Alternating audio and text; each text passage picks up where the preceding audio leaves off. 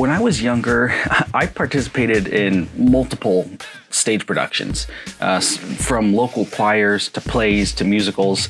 And for some of these productions, I was on stage, but for many of these productions, I was actually back in the sound and lighting booth. And on one of these occasions where I was doing the lights and sound for a show, there was an older tech who was also up in the box who told me, you know, the lighting and the sound is good when no one notices it. So what is it that makes the audio noticeable?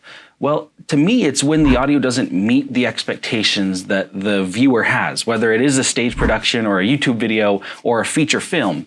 When the audio doesn't match what the person expects it to be, or it doesn't seem to fit the style or the type or the location, it throws the viewer off. But I've prepared some to share with you for cases where audio might just not matter that much, and a couple ways for you to know what level of audio you need for the type of shooting and production on YouTube that you're doing. So I'm going to take a minute, get over to my computer, get it set up so that I can show you some of these examples.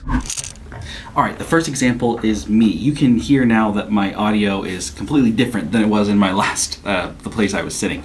The reason for that is I've turned off my lav mic and you're just hearing camera audio. And in a room like this, with a setup like this, you can tell I have a light on me. It's a setting where you would expect for my audio to be clean and crisp, easy to understand. And you're not getting that experience. And it's probably, for some of you, ruining that experience. So for this setting specifically, higher quality audio is in fact important. And for shooting in a case like this, like if I didn't have a microphone like I have now, the best option, probably the number one upgrade that I should make, is to just a cheap corded lav mic. Like if you're recording on your phone, or even if you do have a camera, get a cheap lav mic, probably 20 bucks or so, so that you can just get a microphone up closer to your mouth, so that when you're recording, it just sounds a little bit better.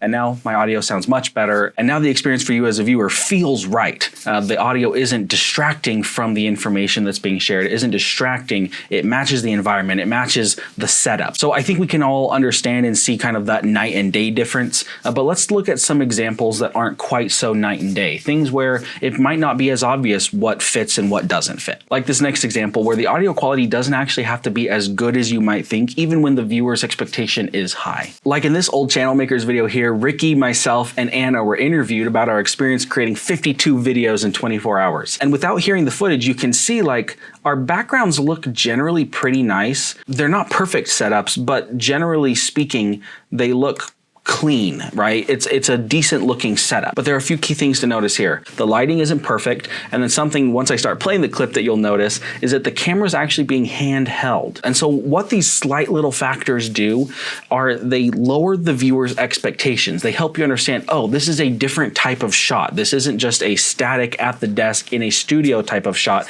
This is supposed to feel more interviewee, and so the audio doesn't have to be perfect. All right, let's take a listen. That I had to do for the videos that I was going to create. I think that really helped me understand what videos could be created in the space that I was looking to create. Do videos, so that was really cool. It did feel like a sense of accomplishment. It was also cool because it was kind of a fun party for the whole team. It was like we were all in it together. For 2 videos and I'll feel pretty wiped out, but experiencing that where I was prepared enough and I could do a lot was really cool. The other cool thing is if I have a setup that I want to use in multiple videos, but it's kind of a complex setup.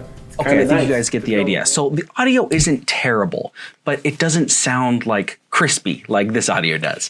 And that's because it's room audio. I do believe in this situation we were using a shotgun mic, but we were using them in rooms that didn't have a ton of sound deadening. And so that's why there's a little bit of variation in the audio between the different clips. A shotgun mic is a great option, especially for situations that are a little bit more informal, maybe like an interview clip, or if you're vlogging or outdoors, where it just doesn't make sense to mic everybody up with one of these, but you still want to get some decent audio quality. The only caveat to that is a lot of times the shotgun mics are pretty directional, and so you'll have to be in pretty close proximity to the camera and then also direction-wise pointing the right way. Here's another example of a creator using a shotgun mic. This is an outdoor environmental shot, kind of vlog style, and I think this is a really great example of a perfect opportunity to use one. We're in the park. First time in Disney, baby.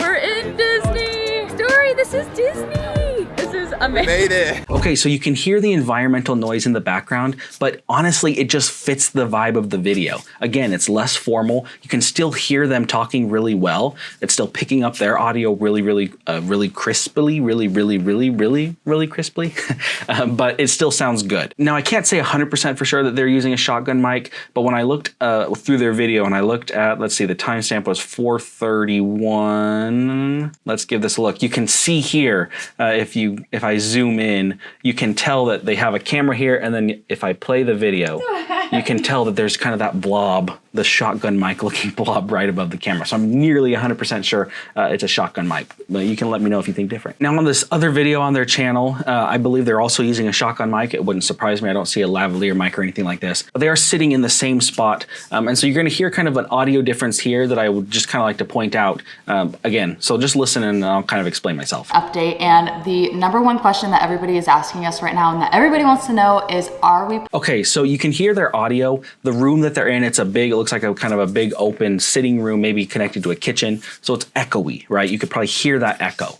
If you didn't hear it, go back and listen to it again. It's quite echoey. For a situation like this where they're just sitting, they're in a decent looking setting, they're not kind of moving around or doing vloggy type stuff, I would probably choose a different microphone setup here. I would probably go lavalier style, where even though it is still a more informal vlog type video, just given the setting, they're talking about something sort of serious, they're sitting down, they're addressing the audience. I think that for me, as I watched this video, the audio was just slightly distracting from probably the message of their video, and I think that a different style of audio or a different type of audio source could have made a big difference here. Again, I think it's important to remember that it's a balance between what the audience expects and then what's feasible for the creator. Like I said, sometimes if you're in Disneyland with 20 people, you're not gonna wanna mic everybody up and have separate audio tracks on different lavalier mics. But if you have a shotgun mic, that would be perfect. For a situation like this, it would probably be feasible for a creator to use a lavalier mic rather than just using a shotgun mic. All right, this next clip I wanna show you is some audio that's just completely terrible. There's wind noise, it's hard to hear what the guy's saying. It's filmed outdoors, obviously, but something worked, and I want to see if you can pick up why. So let's give it a listen. We have a giant pile of scrap metal that needs to be hauled off. So we have scrap trailer here, we got the semi, we got a dump trailer. And I know there's some of you looking at this pile of scrap being like, I needed that. Well, like I said before, if it's in that pile, there's a reason. Yikes. So clearly this audio is not very good on a channel with 3.3 million subscribers. So why did this work here?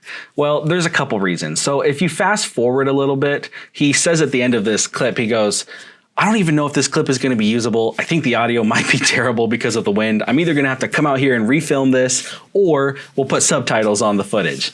And you can see on the clip, they ended up putting subtitles on the footage. So why did this audio work? I think it's just a mix of, it's outdoors. It's this channel where, you know, they're doing really loud kind of things where the audio maybe just isn't as important normally, like just the expectation of the audience is lower. But then also in this case, like sometimes he's talking, you literally just can't hear what he's saying. So subtitles are a really big piece of, I think, why this worked. And on top of that, he addressed it in the video. He goes, yeah, I think this audio could be really bad. And then they just used it anyway. So again, it's just a balance of what the creator was actually able to do and then what the audience expects. He said he might go reshoot this footage. Obviously, he didn't have time, or he decided not to, but they still ended up getting a clip that was usable, even though it wasn't that great quality. And I should mention, as you can see, the video got 1.4 million views. So the opener, literally the hook, the opener, the intro of the video had some of the most terrible audio, but the video still performed decently well. And this really just makes me think, whether your audio was really terrible, kind of in a one-off situation, or maybe the quality of your audio just isn't where you'd like it to be based on the newness of your channel or the equipment that you have, it's okay. At the end of the day, it's better for you to get a video out there and get the audio to as good as it can be. And even if you don't have a microphone of any kind, there are tools out there, which we mentioned in one of our more recent videos that actually also had an audio blender. You guys might have seen the video that Jake did here on Channel Makers where he talked about the YouTube Create app.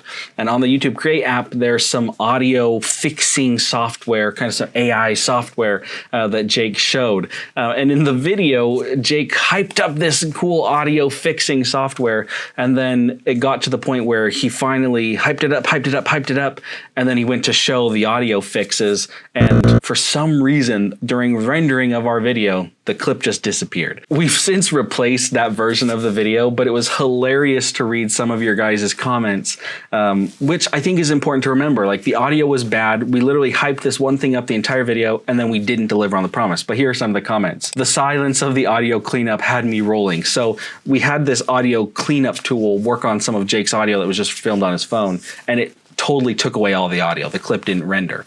And so that cleaned up the audio 100%. Someone else commented, so the audio cleanup removes the audio, LOL. Someone else, I thought my ear pod died. This is the best and most complete audio cleanup I've ever seen. Cleaning up 100% of the audio. And then, not gonna lie, the audio cleanup was really impressive considering that it completely deleted the audio from that section of your video. 100% cleaned it up. So we made a total audio blunder in this video talking about clean audio. And what did it do? It drove engagement on the video. People stuck around, kind of for the build-up, and then they didn't get the build-up, and so they started commenting on the video. And it's not to say that you should do that to trick your audience intentionally, but it ended up working out. We ended up replacing that video with a new version that actually did have the audio cleanup. If you'd like to go see the original version of that video, which we've now privated, I'll leave a link to it in the description. It's pretty funny to see the build-up and then no audio at all. I've showed some examples of channels and videos, various niches where the high quality audio just doesn't matter as much. But that's not to say that there are some channels where audio doesn't matter. Like I originally said on this channel, audio to some extent does matter because there's an audience expectation that we have good equipment and that we're going to give you the best quality content, video, lighting, audio, everything as a package. But what about other channels? Well, think about like an ASMR channel. ASMR is all audio focused. And so if I try to do ASMR maybe on my lav mic, it's really going to be disappointing for the viewer. And if I try and tap my microphone like they do on the ASMR, or like, it just doesn't work, guys. And so in cases like that, like, you do need the right type of audio equipment. Any other channel that's providing some sort of business help or education probably should have decent audio, because the audio will take away from the value of the content. People will be distracted by the low quality audio when they really should be listening to the valuable content that you're sharing. Whether it's a boom mic right out of frame, a shotgun mic on a camera really close to your face, or a microphone like this, or a microphone that connects into the camera, or just using something like the YouTube Create app to clean up your audio after the fact.